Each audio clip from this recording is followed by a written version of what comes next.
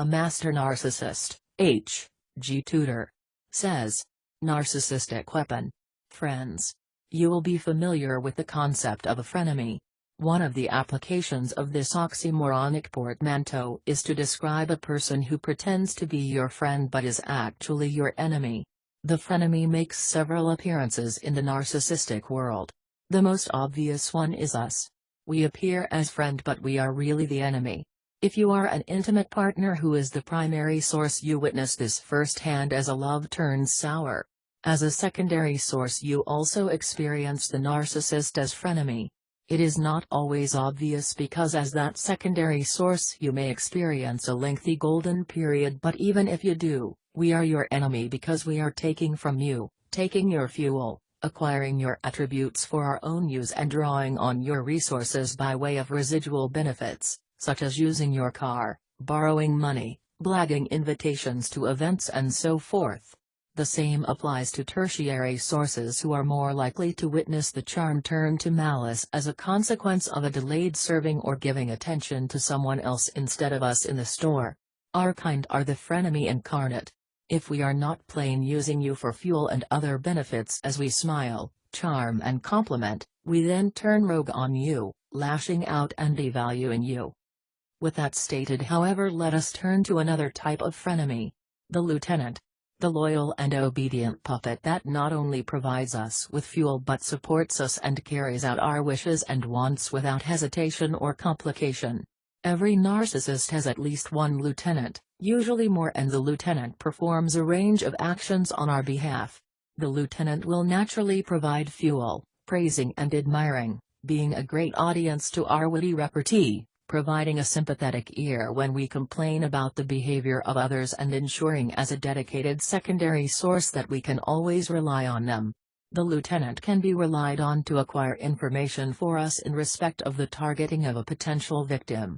The lieutenant will form part of our facade and will welcome you with characteristic smile and warmth to be part of the coterie, and as soon as the command is given by us, turn his back on you and pretend that you never existed.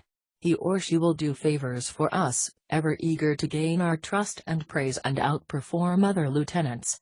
This is especially so if the lieutenant is earmarked for potential recruitment to intimate partner. It is not just the victim who receives some future faking.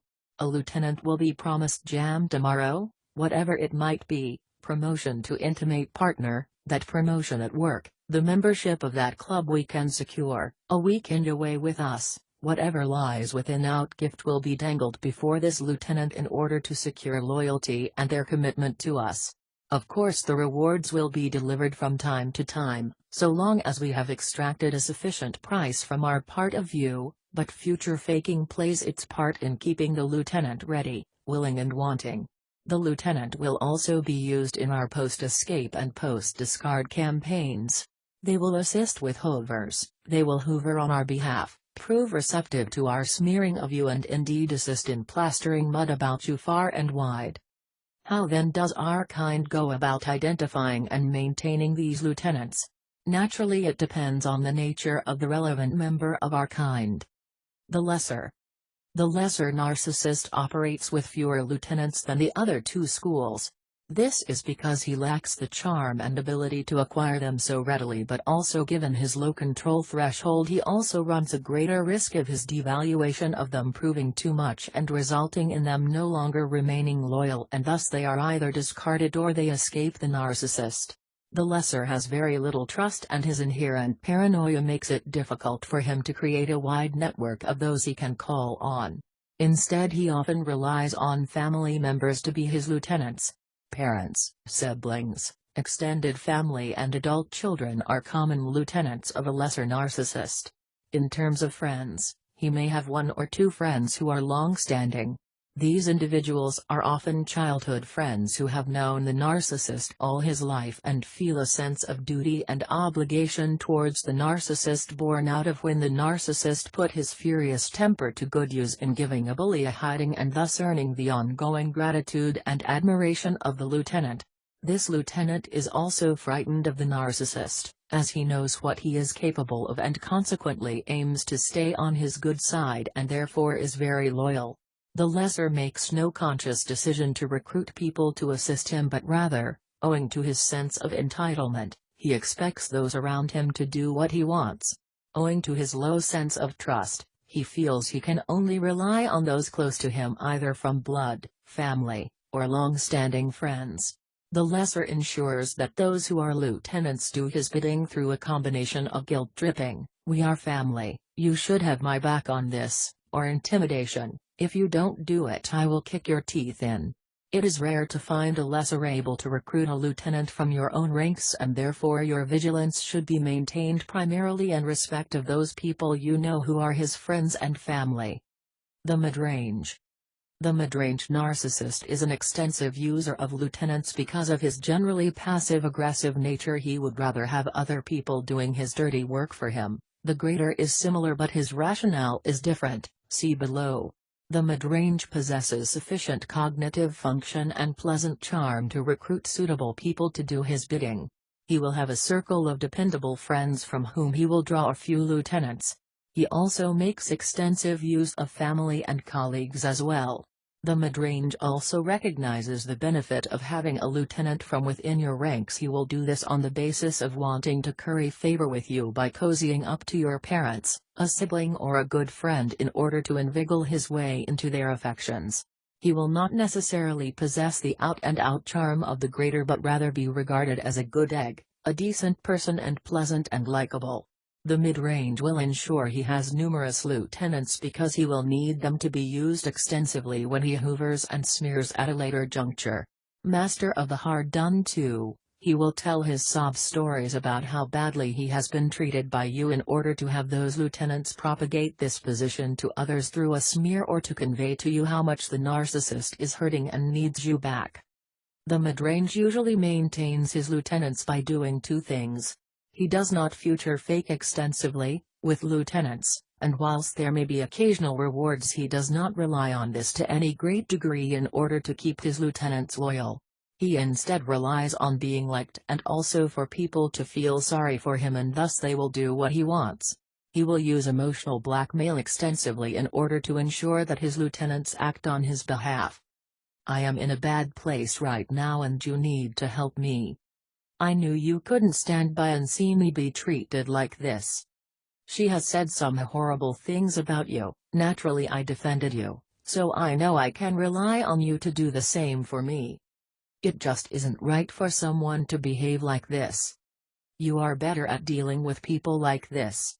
I am on the edge here, you need to help me out. I know she is your friend, but I don't think someone as decent as you would want to be associated with someone who behaves like this. I appreciate she is your daughter, but she is letting down your family with what she has done." The greater. The greater has many lieutenants. He recruits them from friends, colleagues, family and even acquaintances. The greater makes its aim to have at least one, but usually more, from your ranks. His huge reserves of charm ensure that people are made to feel so special to be associated with him that they want to do his bidding. They want the greater's approval, favor and largesse. A master at future faking, the greater will not only reward those who carry out his commands, but he will also ensure that larger rewards are repeatedly on offer. These may be material in nature, but they are often based on elevation. Promotion from outer to inner circle friend. Advancement from colleague to outer circle friend.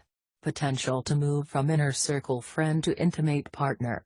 The greater is no fool though, and will ensure that rewards are provided, not only to maintain the loyalty of the recipient but to act as an incentive to the others who have not been rewarded on this occasion.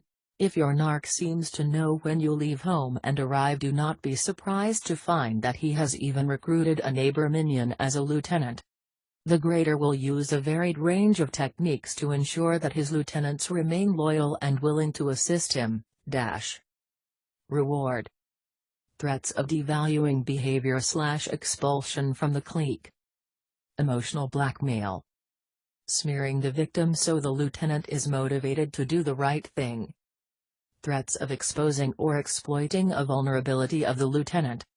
Of all of the three schools, the greater is the only one who engages in calculated behavior to recruit and maintain his lieutenants. The lesser has a limited range to choose from and thus there is no consideration given. He expects loyalty anyway. The mid-range does it by making himself likable and then playing on a sense of obligation and loyalty.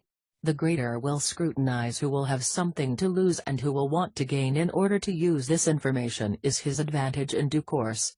These lieutenants will then be subjected to the love-bombing charm, adjusted appropriately depending on status, and brainwashed, along with the presence and effect of the facade, into believing that the greater is better than anything else, is to be worshipped and can do no wrong. Keep in mind that you as an intimate partner may well be recruited for lieutenant purposes as well as against the primary source that you have replaced. Think how often you have witnessed the incoming primary source join in on attacks against you once you escaped or have been discarded. Indeed, using the primary source as a lieutenant in such circumstances takes them beyond the sphere of frenemy and into total enemy territory, but that person remains a lieutenant nevertheless. We use lieutenants extensively. We ensure we maintain their loyalty and you should always exercise caution in your dealings. You may think we are off the scene and we have disappeared, but there are frenemies lurking all around you ready to continue our campaigns against you.